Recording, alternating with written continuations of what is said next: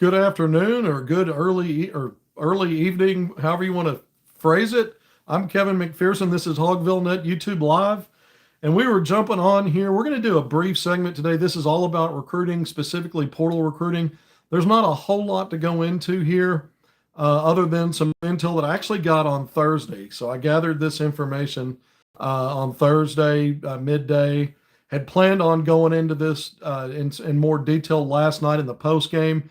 But there was another piece of information on a separate player going in the portal, or actually in the portal, that I was hoping to get more information on this morning, and then come on and add something to it. And this has carried me into the late afternoon before I could come on here, so I'm not going to be able to give the details I wanted to on one part of this. But the main part, the part that I can, is on Lamar Wilkerson. I did a recruiting piece. In-state kid from Ashdown, 6'4", 6'5", shooting guard wing. Sam Houston State the last several years, went to JUCO out of Ashdown, won a 3A state title for Ashdown back in 2019. A young man that I covered in person a lot back in the day. But I had a recruiting bit a couple of days ago where we talked about a source information I was getting that Arkansas has been really pursuing him one way or another going back to mid-season, or there was mutual interest that was building going back to mid-season, and that Arkansas had a source saying, look, Arkansas is the leader in the clubhouse. One thing I did caution was this, just like anything else, there'll be other teams involved. He's entered the NBA draft pool as well. And I mentioned Kentucky and stopped there. But, this is always going to be a situation with every player, no matter how good they are, what the ties are, things like that, that's going to boil down to NIL and where does Arkansas settle on a valuation range, and is there a stopping point where Arkansas wouldn't move forward? And so we talked about that as a caveat in addition to the NBA part of it. So we already did all that. Mentioned that Arkansas had already been formally in touch with him once the portal officially opened on Monday. So all that stuff we've talked about. So yesterday, that was on Wednesday. Yesterday, Thursday, I spoke with Lamar Wilkerson. We had a lengthy conversation. So most of that I can't get into. Most of it, he asked me to wait, hold off. We're going to circle back, but I actually talked to him. So the segment I did before that, I mentioned that he and I had been exchanging texts. That was again on Wednesday when I did that recruiting segment, and gave you the source information that I just recapped. But I actually spoke with him yesterday. So this wasn't an interview. This was a conversation. And the little bit I can share, a part of it's out there today. Jonathan Givony with ESPN NBA Draft Express put out the list of some teams that are in touch. I mentioned Arkansas likely in the lead here, based on what I'm getting. On this list that Givony put out was Kentucky. Well, that was the other school that I mentioned in the segment a couple of days ago. Some other school names emerged: Alabama, Duke, Kansas, Louisville, and SMU. There'll be others, but those are some of the school names that are listed. Okay, so we got a little bit more information there. Again, there's things that we talked about that I won't share, but there's a couple of things. One is Lamar told me he will not take visits until the NCAA tournament has concluded. And I did ask him, I said, hey, what if the teams you're interested in, or, that are still in it potentially are out by this weekend? Would that maybe change your calculation on that? And he said, no. He goes, as of now, I really don't plan on doing anything until after the NCAA tournament. Well, in Givony's tweet today, he said that he'll take visits after the Final Four. That's what he told me yesterday. Another thing that he told me yesterday when I brought up the NBA part of it, I said, is that priority number one in a sense? And he said, well, if I get that opportunity and it's the right opportunity, then that's what I'm going to do. So I think everybody understands that. When a player puts their name in the NBA pool, oftentimes it's to get the feedback. Maybe they understand that their best bet is to come back to school, and especially with the high dollars, big dollars you can get in NIL, it even sweetens the pot to return, but it doesn't exclude the idea that someone's going to take a hard look at that NBA opportunity and maybe stay on that path if it works out. I mean, let's say that he's invited to a combine, the NBA draft combine. Let's say that enough teams are interested and he gets one of those off the books, under the table, unofficial guarantees that he'll get, have a draft guarantee with some kind of guaranteed deal contract that's suitable to him. Those are things you have to keep an eye on. But he did confirm with me that those are that would be a priority if something like that were to work out. However, the reality may be that he's going to be another year in school picking and choosing. I mean, I just ran down a list of schools: Duke, Kentucky, Alabama, Louisville, Kansas, in addition to Arkansas, and SMU was one of those schools mentioned in that reporting by Javoni. I've given you just about everything that I will share with you in my conversation with Lamar Wilkerson. The only other thing I will add is what you expect, what he said about, being an in-state kid and when you're growing up and you're coming out of high school. Remember, he won a state title back in 2019 at Ashdown. But one of the things he said is, yeah, just like a lot of kids, your dream is to be a Razorback and play for the home state school. So that's in his, that's in his rattling around up there. So all things being equal, being that it's an in-state kid, being that it's John Calipari recruiting, this is advantage Arkansas. I said I wouldn't even be shocked when I did the segment 2 days ago if there's some kind of private or silent commit, assuming that the NBA is not what it's going to be and assuming that Arkansas is on board NIL wise. But here's how this thing can go. If he's going to schedule multiple visits and take them, there'll be a timeline that won't start until sometime following next weekend, based on what he told me and what Javoni's reporting is today and what Lamar told me yesterday. If that holds true, it's going to be a little bit before we maybe learn where this is going. And anytime schools are able to up the ante and it becomes an NIL situation where it's a highest bidder kind of a thing, throw everything else out the window. I mean, money talks and everything else takes the bus. You know that old saying. And so while I think Arkansas is the team to beat, that prediction, that idea is only as good as Arkansas's willingness to stay competitive in whatever NIL gets driven here. Saros, his representation, it was just announced on Tuesday or Wednesday, that's who's going to be representing him. So he's got an agent, and they're going to do their job. And so growing up in the state of Arkansas, wanting to be a Razorback, all that's great. But at the end of the day, I expect NIL will drive this as much as anything, which means Arkansas has the resources to win the NIL part of this. It's going to be, again, what other priorities do you have? You're probably expanding your roster to 11, and I fully expect Arkansas to consider those things when it decides if it wants to win the Lamar Wilkerson sweepstakes. I think Arkansas leads here, everything else being equal. I mean, NIL being equal, let's say everybody's got the same amount they're offering this guy. It's Arkansas's to lose. Everything else is not equal. I think he'd be a Razorback. But again, I think it'll end up being NIL deciding it. And at that point, I don't know enough to say now that Arkansas will be in the lead or stay in the lead when it comes to NIL. So you have to watch that. And then, of course, again, the NBA avenue. Is that something that's realistic for him to go ahead and start that pro career because the NBA is within his reach? So you just have to pay attention. Can something like that develop for him? Yeah, Wilkerson wants to be a Hog. I think that's true. But again, I really believe this. I believe that if Arkansas is not close in NIL with somebody else that jumps out there and makes that prioritizes him in a way that Arkansas is not willing to with the money, I'm not sure Arkansas ends up with him. So I said all that to say that.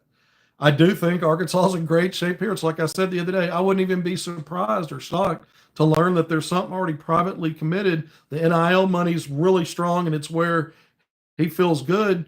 But again, even if that's true, Calipari has a process. You're going to get the player on campus before anything goes public with a commitment. If there was a commitment and he hasn't even visited yet, if something like that happened, that would be unprecedented. That'd be a first for how Calipari's done it since he's been in Arkansas. So there is a process here we're going to watch and see what visits does he take, when are those, and where is Arkansas at the end of the day with the NIL part of it.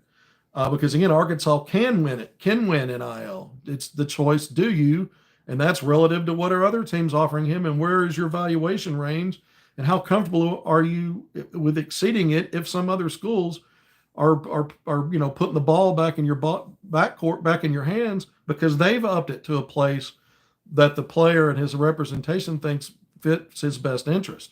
You have to pay attention to that NIL world, regardless of the relationships, the long brewing interest, where you'd like to play. It was a good conversation with Lamar. He's a really level-headed young man, not cocky at all. He's always, and I've always looked at him as a winner, a determined player, a hard-nosed kid. I went through everything just as a reminder: 20.5 points per game, 4 rebounds, a couple of assists, a steal, a little over a steal. But what you love about him is nearly 7.7 3-point attempts per game at 44.5%. And when you watch game footage, it's deep. He's got deep range. He doesn't toe the line. He's got craft, getting into his 3 game off the bounce, off catch and shoot.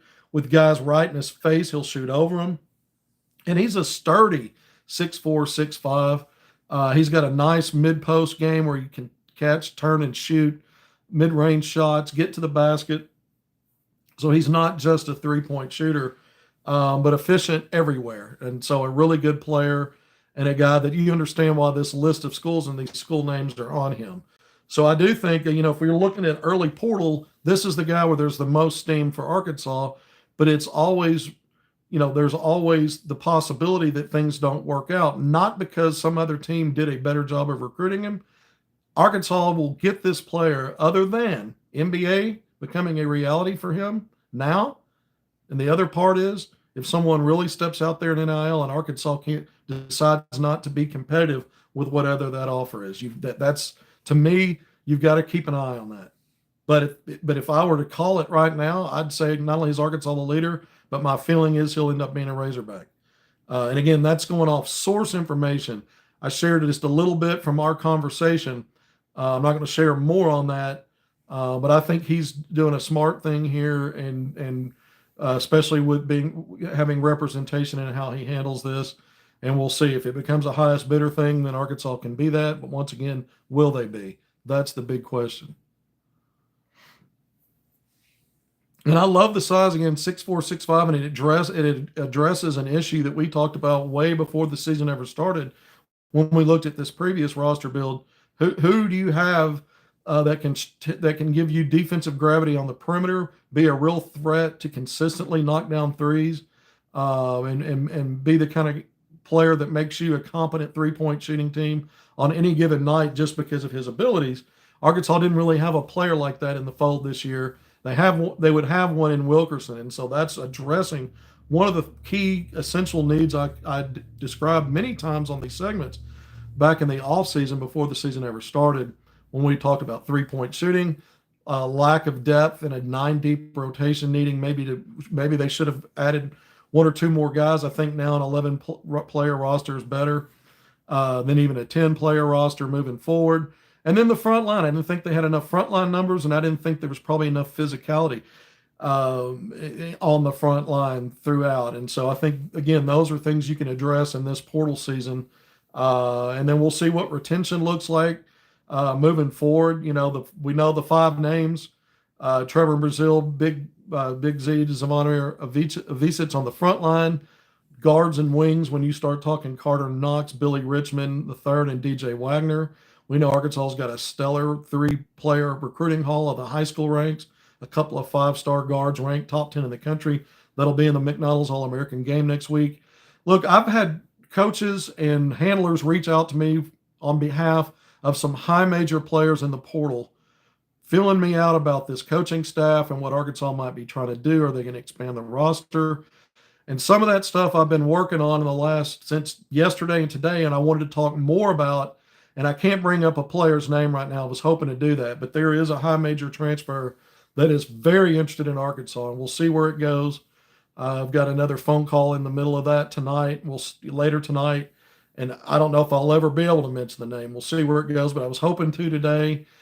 There out there report that came out on social media that I saw that Arkansas has been in contact among 20 or 25 other schools that were listed for a forward out of Omaha, the Omaha led by former Razorbacks associate head coach Chris Crutchfield. Omaha played against St. John's in Arkansas's pod in Providence in the first round. We know that. But Markel Sutton, a 6'8" forward out of Tulsa, 217 pounds. He's listed as a senior. He's played 3 seasons at Omaha, started all 35 games this year, but 18.9 points, 8 rebounds per game, 1.2 assists, shot 48% from the field, 74% from the free throw line. And as a 6'8" forward with good, again, nearly 220-pound guy, took 101 threes on the season, so nearly 3 per game. Shot 28%, made 28 threes on the season. So not a great percentage, but, maybe keeps the defense honest. But Arkansas apparently has made contact with him. We know Calipari and his staff don't contact just a ton of players. They cast a net wide enough to cover where they think they're going to land and I've projected maybe 2 to 4 players out of this portal based on some retention. If where you land on retention and what you've already got in the 3-player signed high school class. But again, I think they expand to 11, so that impacts that number. So if you plan on landing somewhere between 2 and 4 out of the portal, which I think right now is the likely goal, that means that you're contacting obviously more than 2 or 4, but it won't be a wild goose chase with his staff in terms of how many players. So we just keep an eye on who they, we'll see these lists. And, sometimes, one player that I know that was contacted, my initial reaction was this was more of a, performative courtesy because of personal ties. I won't mention the name. It's been out there and not a serious candidate. So there may be a little fluff in there, but not for Arkansas' sake. They're not looking for the being on a list marketing. That's not how Calipari rolls. So there's that. All right. So we've kind of really gone through everything here. I mean, the main focus was Lamar Wilkerson. I've given you that update. I did speak with him yesterday. So the first part of this segment, you've got the highlights of that. There was more I wanted to bring on another portal prospect, a high major prospect that I've been brought into from that prospects camp that I was hoping to get to talk about today. I was hoping there'd be some traction there, and it's not quite there yet. And I've asked to stay off of that. We'll see if it'll ever see the light of day. I would love to do that.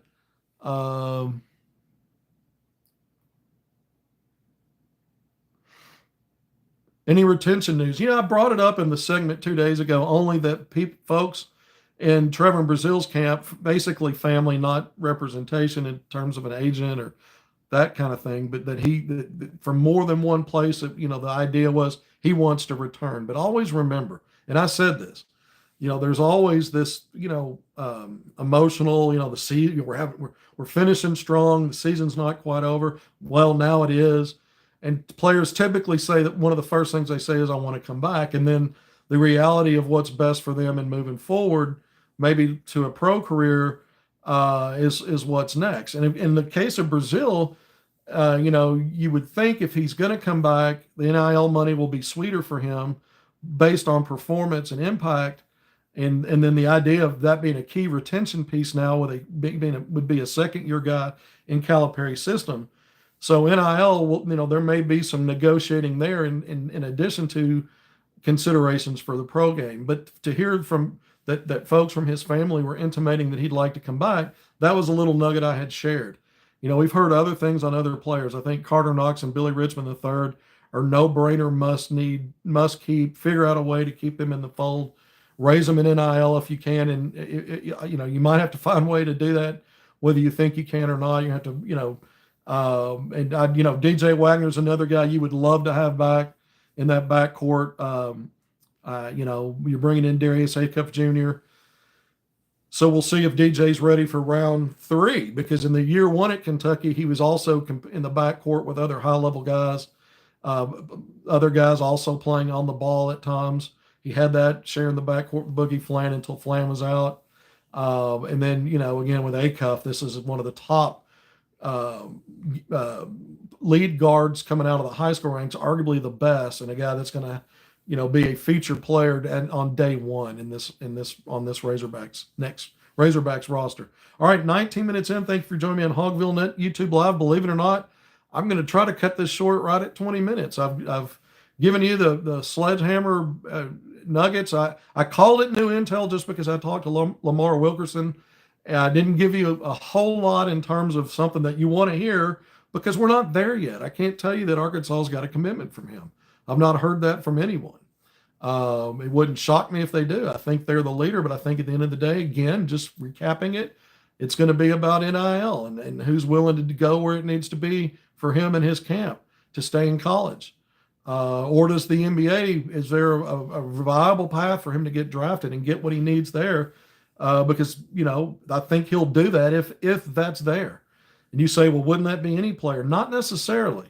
Not necessarily, because everybody has a different expectation on what they maybe should get, and marry that with reality and what they're willing to do.